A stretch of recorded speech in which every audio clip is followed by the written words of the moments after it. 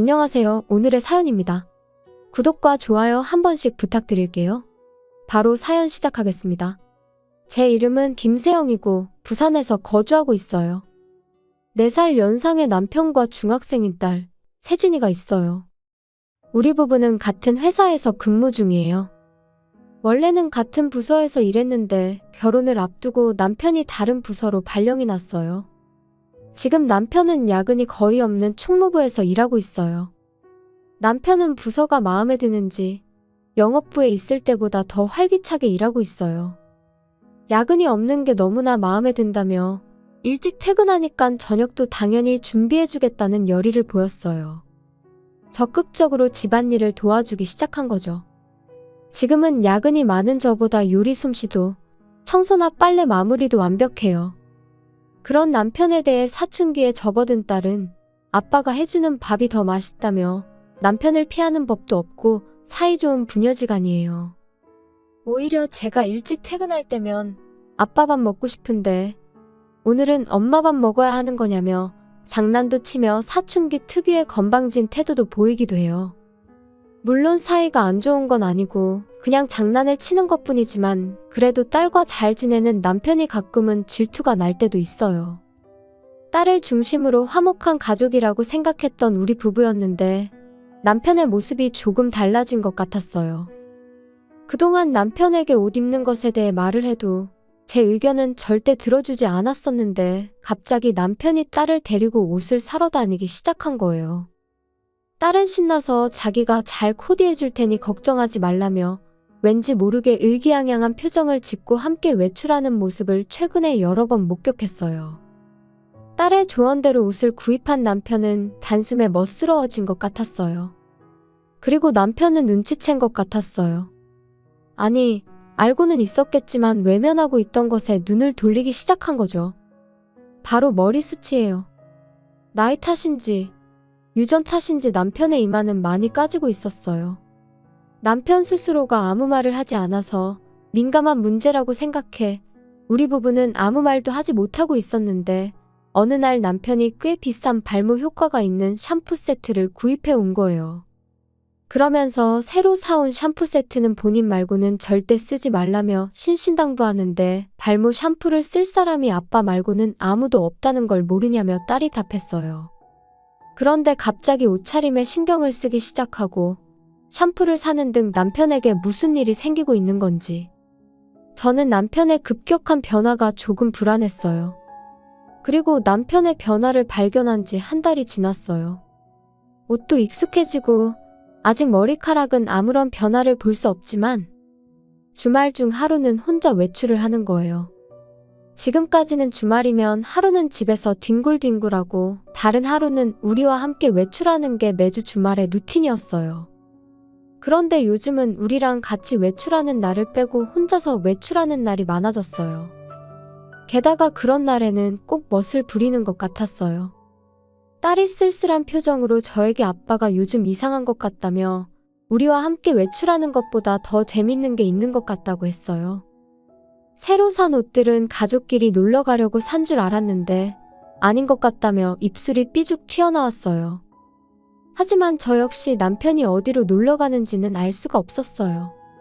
그래서 딸에게 다음 주에는 꼭 다 같이 놀러 갈 수 있도록 아빠에게 말해놓겠다고 하고 남편에게 요즘 주말이면 혼자서 어딜 나가는 거냐고 추궁해봤어요. 최근에 좋은 카페를 찾았어. 책 들고 가서 거기서 책 읽으면 너무 좋아. 저는 남편에게 독서 취미가 있다는 걸 결혼하고 나서 처음 알았어요. 남편 방에 있는 건 만화책뿐인 줄 알았는데. 카페 갈 거면 세진이도 데리고 가. 잘 차려입고 가족끼리도 시간을 보내줘야지. 그건 그렇긴 한데. 하지만 카페는 마음 편하게 쉬려고 가는 거라 혼자서만 가고 싶어. 그럼 다음 주에는 세진이랑 함께 나가줘. 남편은 알겠다고 답했고 저도 함께 나가서 바람 쐬자고 해서 우리 모두 다 같이 외출하기로 했어요.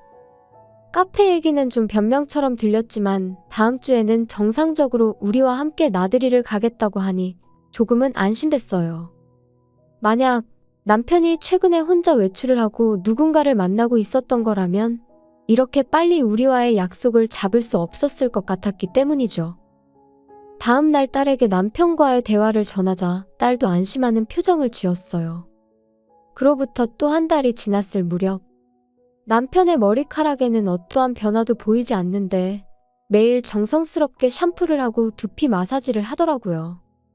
대신 남편의 업무에 변화가 생겼어요. 그동안 야근이 거의 없던 남편이 일주일에 이틀 정도 야근이 생기더라고요.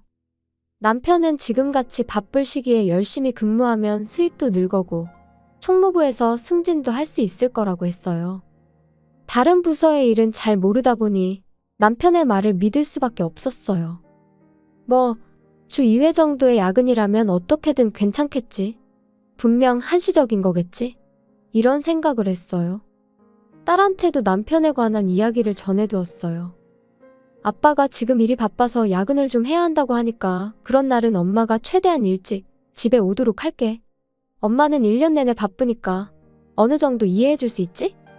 괜찮아. 엄마도 바쁘면 말해줘. 저녁 내가 만들어 놓을 수 있으니까. 이렇게 다정한 딸로 자라고 있었다니 남편에게도 들려주고 싶었어요.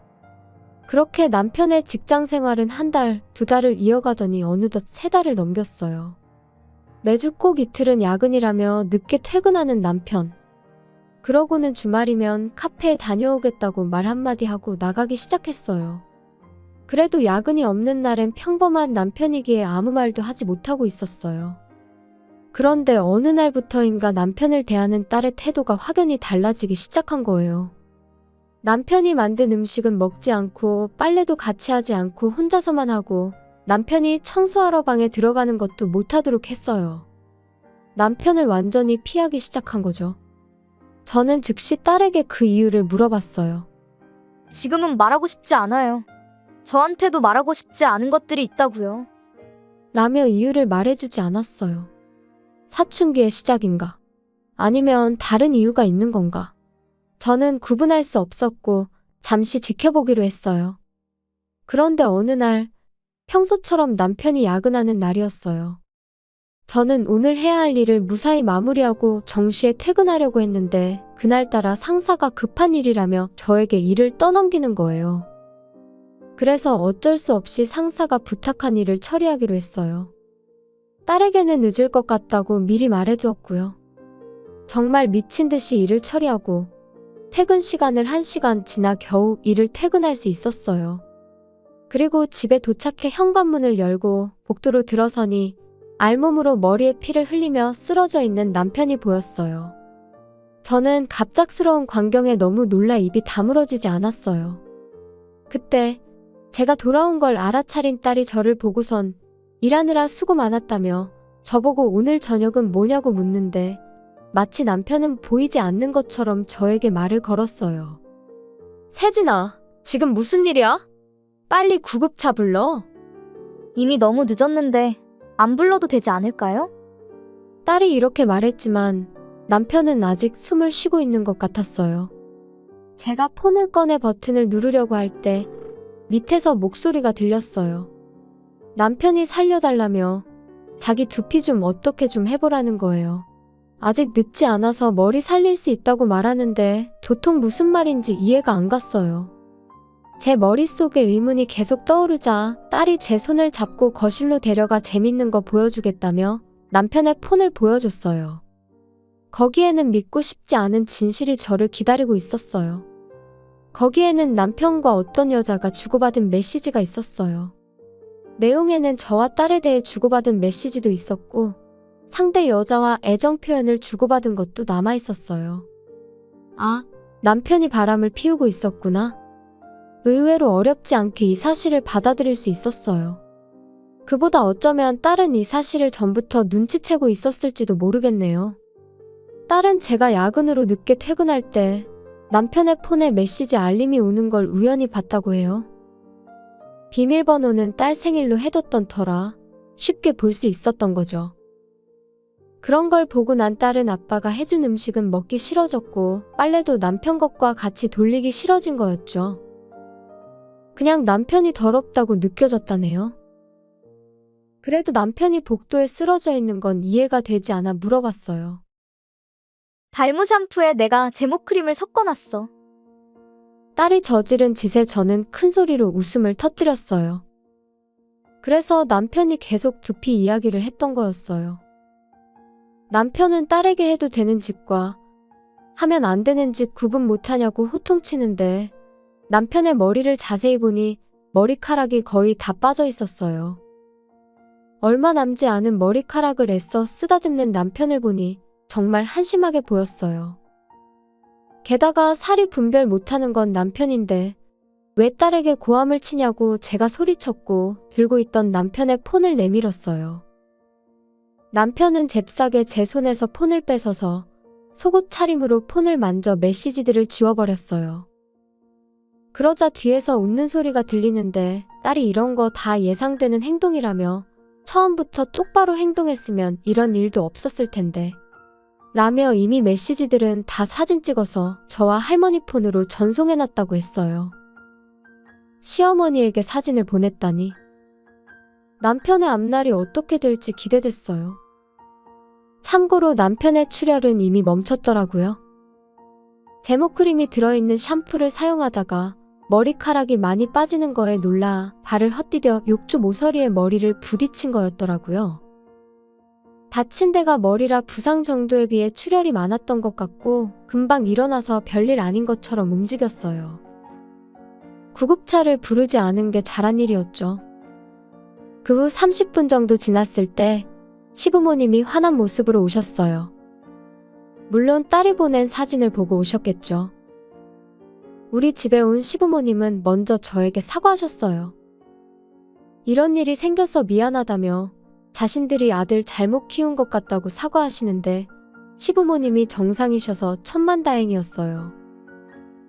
혹시라도 남편 편을 들면 어쩌나 싶었는데 그런 일은 다행히 없었네요. 남편은 빠진 머리카락에 넋이 나간 채 바닥에 주저앉아 있었어요. 시아버지의 추궁이 이어졌는데 그 여자는 누구며 언제부터 이런 짓 했냐며 호통치는데 남편은 4달 정도 됐고 자기는 유혹에 넘어간 것 뿐이라고 했어요. 그러자 시아버지가 넘어간 것도 다 마음이 있으니까 그런 거라며 변명하지 말라고 소리치셨어요. 시어머니는 저에게 이렇게 물었어요. 며느라, 너희들이 이별을 택한다고 하면 아들한테 당장 이혼 신고서에 사인하라고 할 거야. 아니면 다시 시작하는 것은 어때? 저와 딸은 시어머니의 말이 끝나자마자 이런 상황에서 아무렇지 않게 계속 살기 힘들다고 위자료와 양육비 받고 앞으로 모든 관계를 끊고 싶다고 말했어요.